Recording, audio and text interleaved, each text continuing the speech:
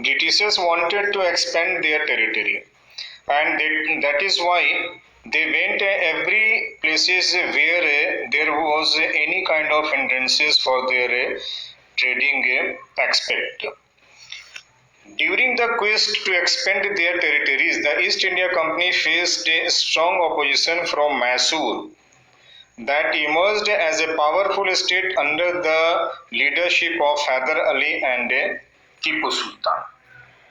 Mysore had grown in strength under the leadership of powerful rulers like Hyder Ali, who ruled from 1761 to 1782, and his famous son Tipu Sultan, who ruled from 1782 to 1799.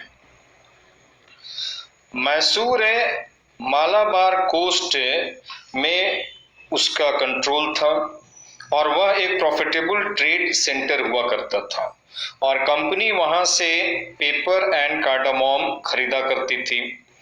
In 1785, Tipu Sultan stopped the export of sandalwood, pepper and cardamom through the ports of his kingdom and disallowed local merchants from trading with the company.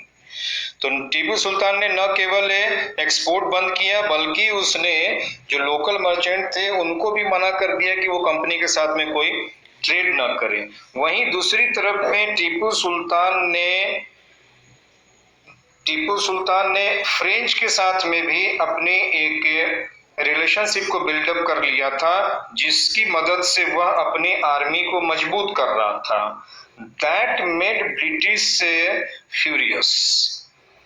अब British को ये लगने लगा कि हैदर और Tipu ambitious है, arrogant है and dangerous है और ये वो रूलर हैं जो कि ब्रिटिशर्स को कहीं ना कहीं से नुकसान पहुंचा रहे हैं। इसके बाद में इंग्लिश ने यह तय किया कि they will defeat Hyder Ali and Tipu Sultan and that is why 4 wars were fought in Mysore. First war was between 1767 and 69, second war between 1780 and 84, third war between 1790 and 92 and fourth war in 1799।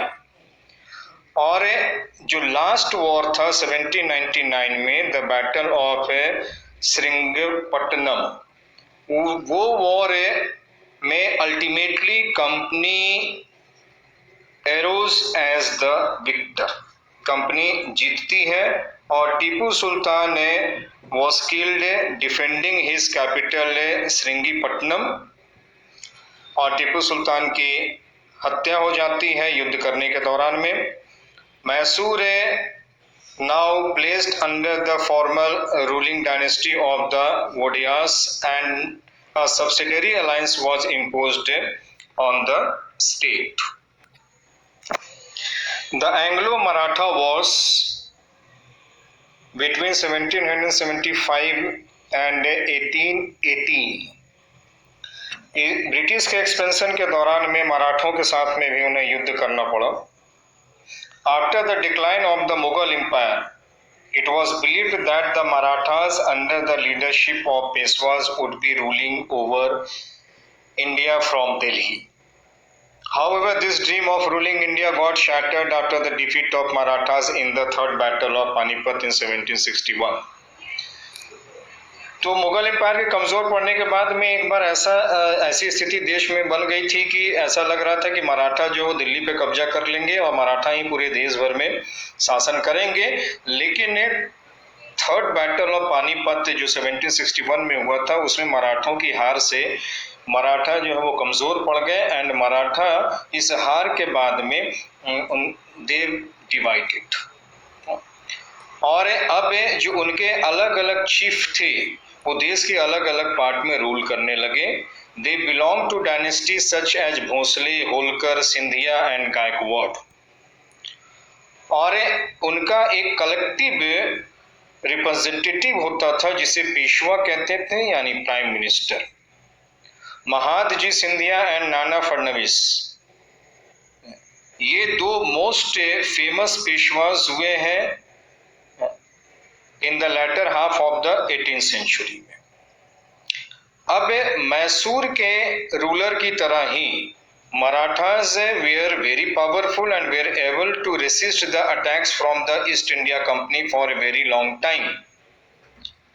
और अंततः मराठों और अंग्रेजों के बीच में 3 युद्ध होते हैं और इस 3 युद्ध के बाद finally Marathas were defeated in the final war from 1817 to 19.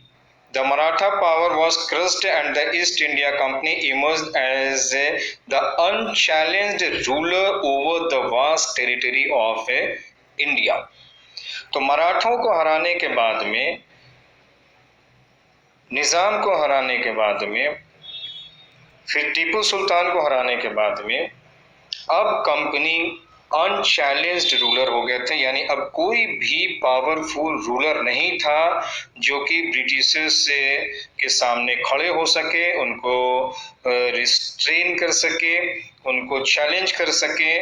और मराठों के बीच में जो डिसयूनिटी थी उसने ईस्ट इंडिया कंपनी को एडवांटेज दिया, जिसकी वजह से वो eventually able to defeat them. और जब वॉरेन हेस्टिंग्स से became the governor general of India तो उसने पेशवा को डिस्ट्रोन कर दिया, यानी पेशवा को पद से हटा दिया और उनके टेरिटरी को अपने कब्जा में ले लिया through the policy of the subsidiary alliance. Conquest of Sindh. The British wanted to extend their control over Afghanistan through Sindh. The British then went on to sign a treaty with the rulers of Sindh, who agreed not to let the French pass through their territories. अब British का ध्यान गया अफगानिस्तान की तरफ, क्योंकि British को यह डर था कि अफगानिस्तान के रास्ते से फ्रेंच या रूस भारत में इंटर कर सकता है, इसलिए वो अब चाहते थे कि अफगानिस्तान को अपने कब्जे में ले लें और अफगानिस्तान जाने के लिए सिंध का रास्ता पड़ता था। इसी के लिए ब्रिटिशर्स ने सिंध के रूलर्स के साथ में एक संधि पर हस्ताक्षर किया, जिसमें कि सिंध इस बात के लिए तैयार हो गया कि वो अपने क्षेत्र से फ्रेंच या अन्य किसी कंट्री के को वहां से जाने के लिए वह रास्ता नहीं देगा। Then the British signed another treaty which ensured the rulers of Sindh that they would not transport arms or weapons through Sindh. एक और संधि हुई जिसमें कि तय हुआ कि ट्रांसपोर्ट नहीं करने दिया जाएगा आर्म्स और वेपन्स को सिंध के माध्यम से, लेकिन अंग्रेजों ने इस ट्रीटी को नहीं माना। और जब फर्स्ट अफगान वॉर हुआ 1839 में तो ब्रिटिश आर्मी सिंध के रास्ते से ही अफगानिस्तान तक गई। जब सिंध के राजाओं ने इसका विरोध किया तो ब्रिटिशर्स ने सिंध पे आक्रमण किया and finally in 1843 British annexed Sindh. Annexation of Punjab. Under the strong leadership of Maharaja Ranjit Singh, the Sikhs were considered a formidable power. अंग्रेज पंजाब पर भी कब्जा करना चाहते थे, लेकिन महाराजा रंजीत सिंह एक बहुत ही मजबूत रूलर थे वहाँ के, और इसलिए अंग्रेजों ने महाराजा रंजीत सिंह के साथ में युद्ध नहीं किया, उनके साथ एक फ्रेंडली रिलेशनशिप रहा। लेकिन महाराजा Ranjit Singh was always cautious with the Britishers, और सिखों के पास में भी एक बहुत बड़ी आर्मी हुआ करती थी।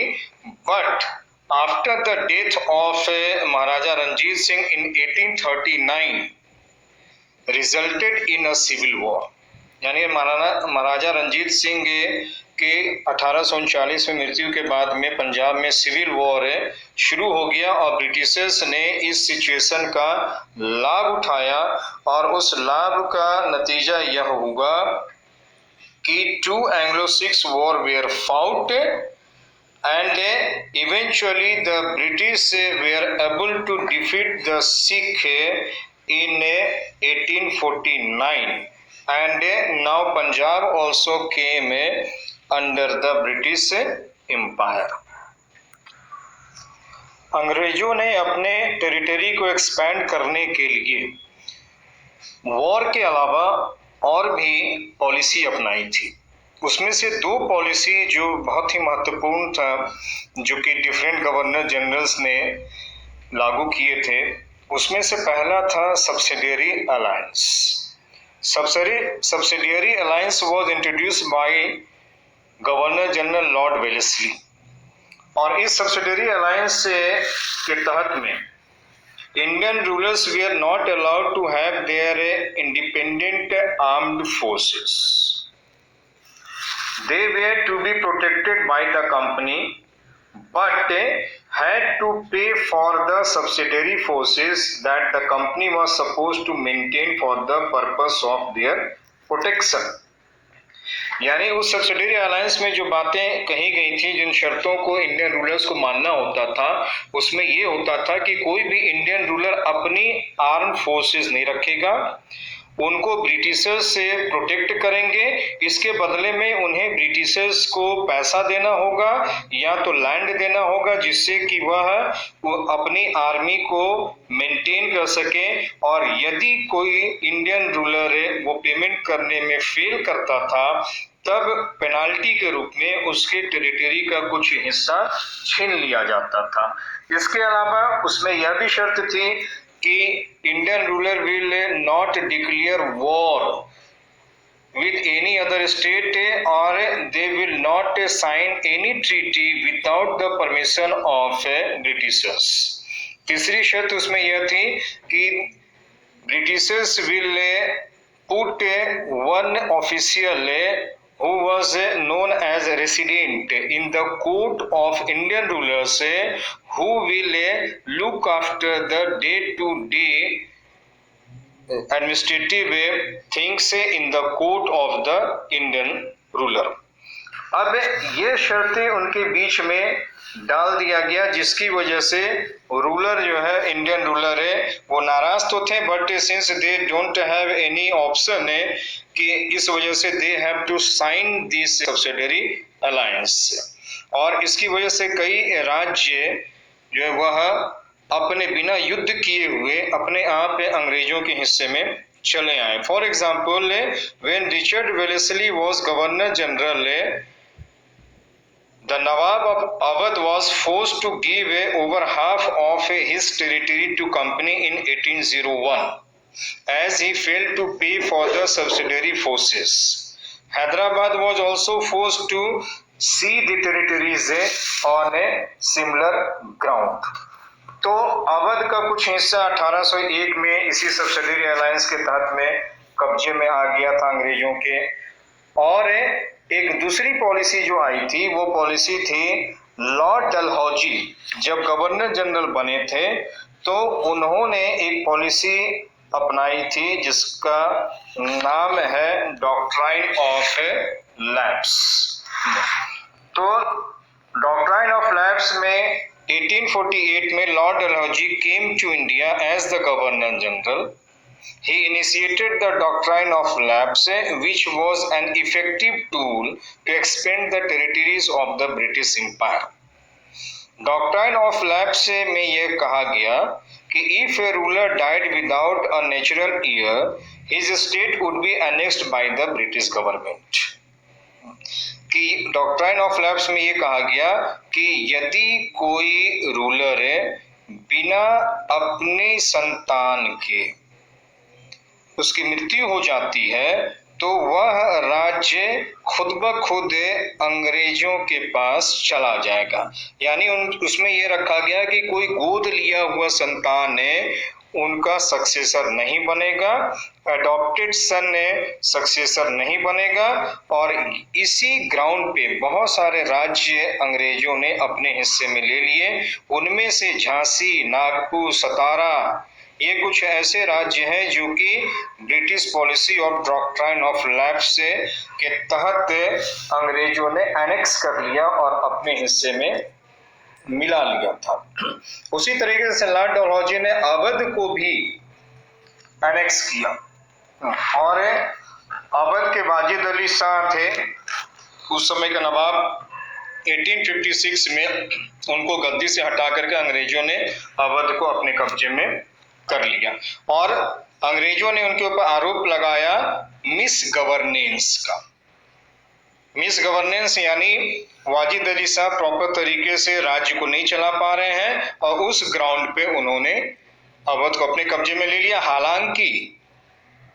हालांकि वाजिद अली शाह अंग्रेजों के प्रति लॉयल थे, लेकिन फिर भी उनको हटाया गया और फिर उनको कलकत्ता भेज दिया गया और अवध का इस गलत तरीके से जो एनेक्स किया गया अंग्रेजों के द्वारा, इसकी वजह से एक बड़ा नुकसान जो अंग्रेजों को हुआ वह यह कि 1856 में ये एनेक्सेशन होता है और 1857 में रिवोल्ट होता है अंग्रेजों के प्रति और उस रिवोल्ट में अवध के लोगों का बड़ा योगदान था, क्योंकि ब्रिटिश सोल्जर्स में ज्यादातर संख्या अवध के लोगों की थी और अवध के लोग इस गलत तरीके से जो वाजिद अली शाह को हटाया गया था उससे वो लोग काफी नाराज थे।